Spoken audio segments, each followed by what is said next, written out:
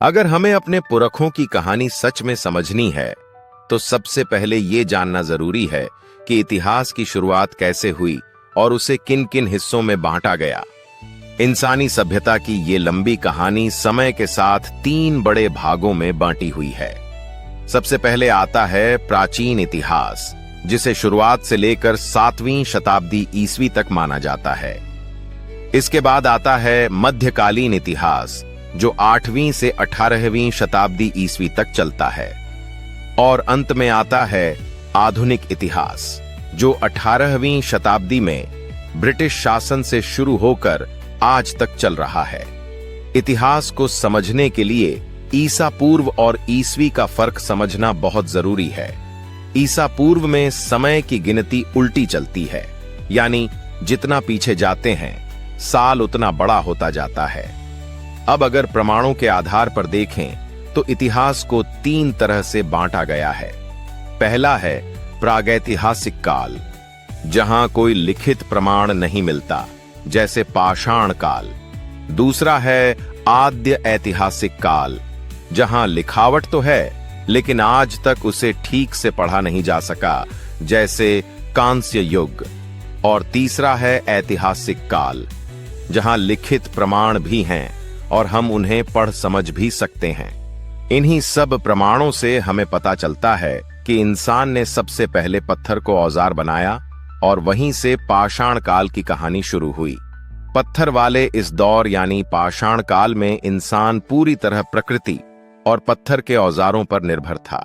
इस काल को 3 हिस्सों में बांटा गया है। सबसे पहला है पुरापाषाण काल, जो सबसे लंबा दौर रहा, लगभग 5 लाख ईसा पूर्व से 10,000 ईसा पूर्व तक। इस समय इंसान शिकार करता था और कंदमूल इकट्ठा करके जीता था। शुरुआती यानी निम्न पुरापाषाण काल में भारी भरकम पत्थर और हाथ से चलने वाली कुल्हाड़ी का इस्तेमाल होता था, जिनके सबूत सोहन घाटी और बेलन घाटी में मिलते हैं। फिर आया मध्य पुरापाषाण काल, जहां पत्थर को तोड़ छांट कर धारदार औजार बनाने की कला यानी फ्लैक तकनीक विकसित हुई। इसके बाद उच्च पुरापाषाण काल आया, जब होमो सेपियंस यानी हमारे जैसे आधुनिक इंसान सामने आए। इस दौर में चकमक पत्थर के औजार बने और भीमबेटका की गुफाओं में सुंदर चित्र बनाए गए। यहीं से इंसान के अंदर कलाकार वाली समझ जागी। इसके बाद आया मध्य पाषाण काल, जिसे संक्रमण काल भी कहा जाता है। यह समय लगभग 9,000 ईसा पूर्व से 7,000 ईसा पूर्व के बीच का था। इस दौर में औजार छोटे, हल्के और ज्यादा धारदार हो गए, जिन्हें माइक्रोलिथ कहा जाता है। इसी समय इंसान ने शिकार के साथ साथ जानवरों को पालना भी शुरू किया।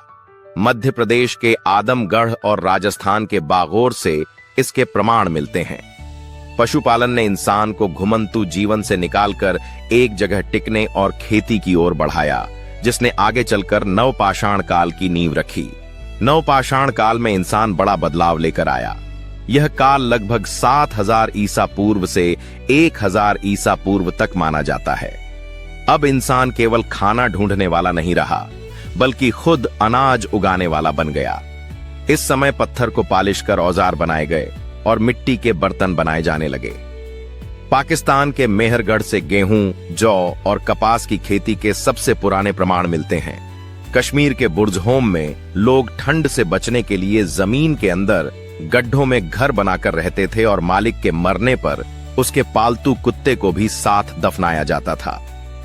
उत्तर प्रदेश के कोलडिहवा से दुनिया में सबसे पुराने चावल की खेती के प्रमाण मिले हैं। खेती और स्थायी जीवन ने इंसान को धातु के इस्तेमाल की ओर बढ़ाया।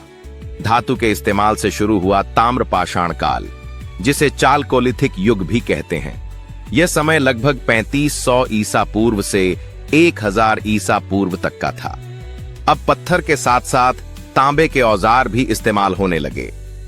इस दौर में बड़े बड़े गांव बसे।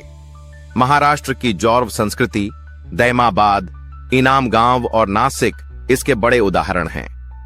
लोग काले लाल रंग के बर्तन इस्तेमाल करते थे और मृतकों को कलश में दफनाते थे।